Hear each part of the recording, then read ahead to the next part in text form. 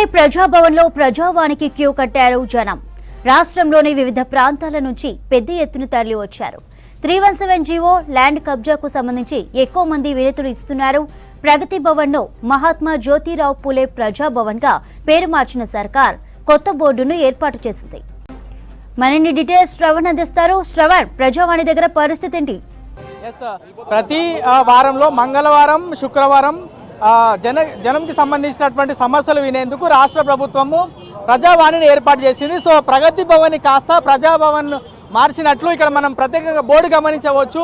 మహాత్మా జ్యోతిరావు పూలే ప్రజాభవన్ అనేటువంటి బోర్డుని కొత్తగా ఇక్కడ రాష్ట్ర ప్రభుత్వం ఏర్పాటు చేసింది. గడిచినటువంటి 4-5 వారాల నుంచి ఇదే భవన్లో జనంకి సంబంధించినటువంటి సమస్యలను వినతి రూపంలో తీసుకుంటున్నటువంటి పరిస్థితి ఉన్నది. మనం ఒకసారి లోపలికి కూడా వెళ్ళేటువంటి ప్రయత్నం చేద్దాం. వచ్చినటువంటి వాళ్ళందరూ కూడా ఈ ప్రజాభవన్ లోపలికి వెళ్ళి వాళ్ళకు ఉన్నటువంటి ఇబ్బందులను రాష్ట్ర ప్రభుత్వం దృష్టికి, లోపల ఉన్నటువంటి నోడల్ అధికారుల దృష్టికి తీసుకెళ్తా ఉన్నారు. సో ఇక్కడ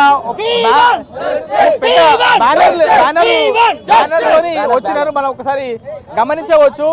జూనియర్ లైన్ మ్యాన్ కి సంబంధించి న్యాయం చేయాలి అని ఇక్కడ ఒక బ్యానర్ ని తీసుకొని వచ్చి ఇక్కడ నిరసన తెలుపుతా ఉన్నారు. వాళ్ళతో మాట్లాడే ప్రయత్నం చేద్దాం. ఏదన్నా ఏడికైనా వచ్చినావు, నీకున్నటువంటి సమస్య ఏంది? ఇంతమంది పెద్ద ఎత్తున వచ్చినారు కదా. మేము నాగర్ కర్నూలు డిస్టిక్ నుంచి వచ్చామండి. మాది ఏంటిదంటే 2023 ఫిబ్రవరిలో జేఎల్ఎం నోటిఫికేషన్ వచ్చింది.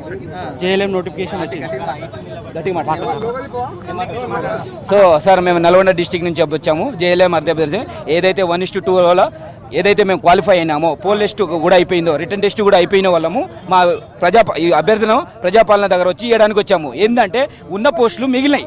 సో మిగిలిన పోస్టులకు మాకు ప్లస్ రిటైర్డ్ అవుతున్న క్యాండిడేట్స్ కూడా ఆ పోస్టులు ఎవరైతే మిగిలినాయో 1:2 క్యాండిడేట్ మిగిలిన వాళ్ళకు మాకు ఇవ్వాలి. సో ఆల్రెడీ మా సర్టిఫికేట్ వెరిఫై అయిపోయింది, పోల్ టెస్ట్ అయిపోయింది, సో రిటర్న్ టెస్ట్ అయినాయి, ఫిజికల్ అన్నీ అయిపోయినాయి. సో డిపార్ట్మెంట్లో ఆల్రెడీ లాస్ట్ ఇయర్ అయిపోయింది. సో ఇంకా మా ఒరిజినల్ మెమోలు కూడా TSSPDCL SC ఆఫీస్లో ఉన్నాయి. సర్కిల్ ఆఫీస్ ఏదైతే డిస్టిక్ ఉందో ఆ డిస్టిక్ ఆఫీస్లో ఉన్నాయి.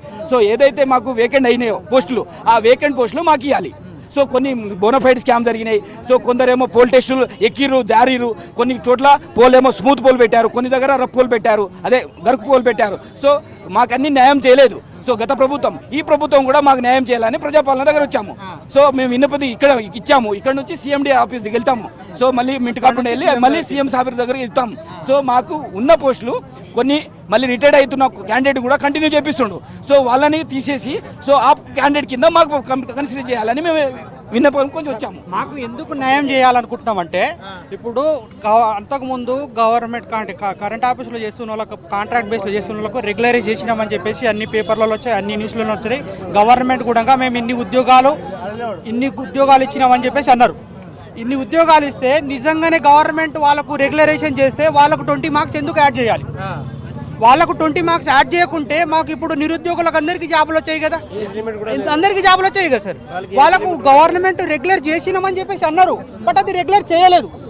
పబ్లిక్ ఏమనుకుంటున్నారు, వాళ్ళకు రెగ్యులర్ చేసిర్రు, గవర్నమెంట్ కరెంట్ డిపార్ట్మెంట్లో కాంట్రాక్ట్ చేసిన వాళ్ళకి అందరికీ రెగ్యులర్ చేసిరని చెప్పేసి జనాలు అనుకుంటున్నారు. కానీ వాళ్ళకు రెగ్యులర్ చేయలేదు కాబట్టి మాకు పొట్టగొట్టిరు కదా. వాళ్ళకు రెగ్యులర్ అయితే నోటిఫికేషన్ అంతా మేము నిరుద్యోగులే జాబ్ వచ్చేది కదా. ఇప్పుడు 1500 వేకెన్సీస్ ఉంటే దాంట్లో 50% వాళ్ళకే జాబులు వచ్చింది. మిగతా లోపల ఇచ్చినారా? ఇస్తాము పంపిస్తాం, CMD ఆఫీస్ పంపిస్తామని చెప్పేసి ఇంకా మిగతా వాళ్ళు ఉన్నారు అన్న. ఏడికైనా వచ్చినారు సార్? మేము నల్గొండ డిస్టిక్ నుంచి వచ్చాము సార్.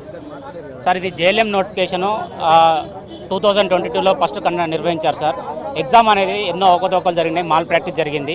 మాల్ ప్రాక్టీస్ జరగడానికి గల కారణం కూడా ఏంటంటే, డిపార్ట్మెంట్లో ఉన్న AEలు ADలు కొంతమంది దగ్గర డబ్బులు తీసుకొని 1-2 లక్షల డబ్బులు తీసుకొని, సో వాళ్ళకి ఏం చేశారంటే, మేము క్వశ్చన్ పేపర్ ఆన్సర్లు మీకు ఇస్తాము, ఈ ఆన్సర్లు ఫిల్ చేసుకుని మీకు జాబ్ వస్తుందని చెప్పారు.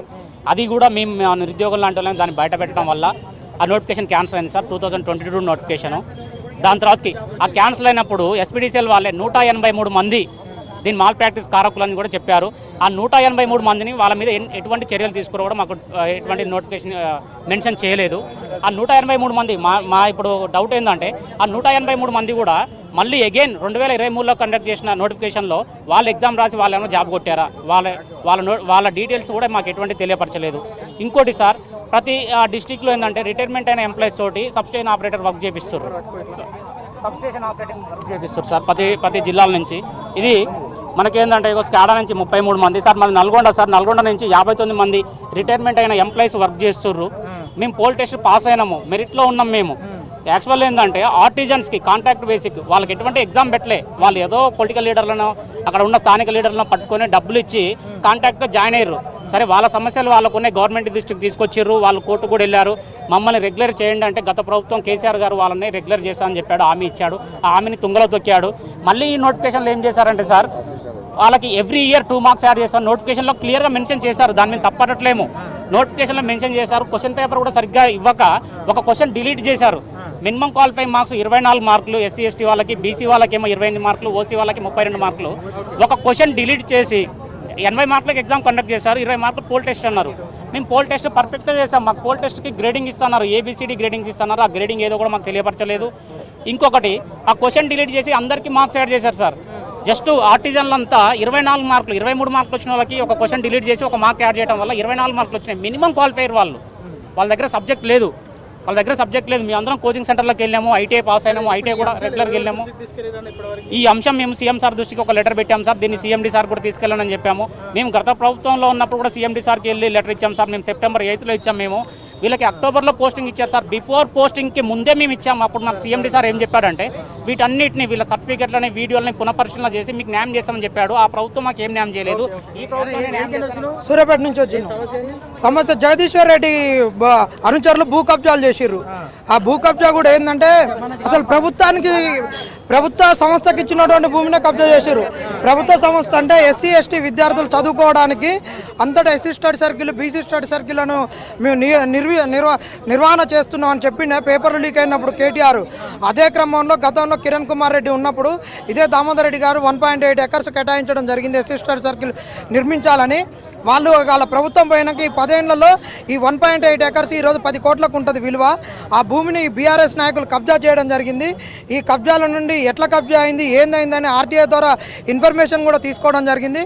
ఇన్ఫర్మేషన్ తీసుకొని జగదీశ్వర్ రెడ్డికి, అయ్యా మరి ఈ భూమి ఎస్సీల భూమి కబ్జా అయింది, నువ్వు మా కేసీఆర్ ఏమో పెద్దమాల, మేము దళితుల ముఖ్యమంత్రి అంటున్నావు, దళితుడు కాకుండా కానీ పెద్ద మాది కూడా చెప్పులు కుట్టేటోడు అన్నావు, మరి మా దళితుల భూమిని ఇట్లా గుంజుకొని ఎందుకు ఇట్లా కబ్జాలకు గురి అవుతుందంటే మీరు ఊకొర్ర నాయన అని చెప్పేసి మమ్మల్ని కనసాయిగలతోటి వాళ్ళ నాయకులను అందరినీ మమ్మల్ని పంపించి కొట్టించడం జరిగింది. మేము కూడా ఒక 10 ఏళ్ళు వాళ్ళ నుంచి తప్పించుకొని బతకడం కొరకు అక్కడెక్కడ తిరిగి ఆయన మీద పోరాటం చేయడం జరిగింది. ఈరోజు మేము బీఆర్ఎస్ నాయకునికి జగదీశ్వర్ రెడ్డి సూటిగా ప్రశ్నిస్తున్నాం. నువ్వు ఆ రోజు మంత్రి కావచ్చు, ఈరోజు ఎమ్మెల్యేగా ఉన్నావు, ఇప్పటికైనా సిగ్గు బుద్ధి తెచ్చుకొని బీఆర్ఎస్ నాయకులు ఏదైతే ఎస్సీలకు కేటాయించినటువంటి స్టడీ సర్కిల్కి కేటాయించిన భూమి ఉందో దాన్ని తక్షణమే ఎస్సీ స్టడీ సర్కిల్కి ఇచ్చి అక్కడ ఎస్సీ స్టడీ సర్కిల్ నిర్మాణానికి ఎమ్మెల్యేగా నువ్వు కృషి చేయాలని కోరుకోవడం జరుగుతుంది. లేకుంటే మాత్రం మీరు సూర్యాపేటలో తిరగాలని హెచ్చరిక కూడా జారీ చేయడం జరుగుతుంది. ఇది అనేక విషయాలపైన విద్యార్థులు కావచ్చు, నిరుద్యోగులు కావచ్చు, ఇతర ప్రభుత్వంలో పనిచేస్తున్నటువంటి ఉద్యోగస్తులే చాలా ఎక్కువ మంది వస్తున్నారు. ప్రజాభవన్లో జనం దగ్గర నుంచి వస్తున్నటువంటి విజ్ఞప్తులు అన్నీ కూడా లోపల స్వీకరిస్తున్నారు. మరోవైపు ప్రజావానికి సంబంధించిన నోడల్ ఆఫీసర్ దివ్య ప్రజల దగ్గర నుంచి ఫిర్యాదులు ఎట్లా వస్తున్నాయి, దాన్ని మనం ఎట్లా వివిధ జిల్లాల కలెక్టర్లకు పంపిస్తున్నాం అనేటువంటి అంశంపై లోపల సమీక్ష నిర్వహిస్తున్నారు. డిప్యూటీ కలెక్టర్లతో పాటు ఇతర ఉన్నతాధికారులు ప్రజావాణిలో ఎవరైతే విజ్ఞప్తులు స్వీకరిస్తున్నారో వాళ్ళందరితోని నోడల్ ఆఫీసర్ దివ్య ఇప్పుడు రివ్యూ చేస్తూ ఉన్నారు. అది కంప్లీట్ అయిన తర్వాత ఆమె మళ్ళీ సెక్రటరీకి కూడా వెళ్ళనున్నట్టుగా మనకున్నటువంటి సమాచారం. సో ఓవరాల్గా అయితే జనం దగ్గర నుంచి వస్తున్నటువంటి విజ్ఞప్తులు అన్నీ కూడా తీసుకుంటున్నాము. ఇప్పటివరకు అంటే గత వారం వరకు దాదాపుగా 30,000 ఫిర్యాదులు వచ్చినట్లు ప్రజావానికి సంబంధించిన నోడల్ ఆఫీసర్ దివ్య ఇప్పటికే స్పష్టం చేశారు. ఈ వారం మరీ ఎక్కువ ఫిర్యాదులు వస్తాయా లేదా అనేది చూడాల్సింది. ఎందుకంటే ఇక్కడ వచ్చినటువంటి జనం చూస్తే మాత్రం కొన్ని ఎక్కువ ఫిర్యాదులే వస్తున్నట్లు కనిపిస్తూ ఉంది. సో రాష్ట్ర ప్రభుత్వం మాత్రం జనం దగ్గర నుంచి వచ్చేటువంటి విజ్ఞప్తులు అన్నీ కూడా స్వీకరిస్తుంది. వీటన్నిటిని తొందరగా పరిష్కరించాలని ఇక్కడికి వస్తున్నటువంటి జనం కోరుతా ఉన్నారు. ప్రగతి భవన్ కాస్త ప్రజాభవన్గా మారింది. ఇవాళనే దానికి నూతనంగా బోర్డు కూడా ఏర్పాటు చేశారు. మరి వారి సమస్యలు ఎంత తొందరగా పరిష్కరిస్తారు అనేది రాబోయే రోజుల్లో మనకు క్లారిటీ వచ్చేటువంటి అవకాశం ఉంది. ప్రస్తుతం ప్రజాభవన్ దగ్గర ఉన్నటువంటి తాజా పరిస్థితి.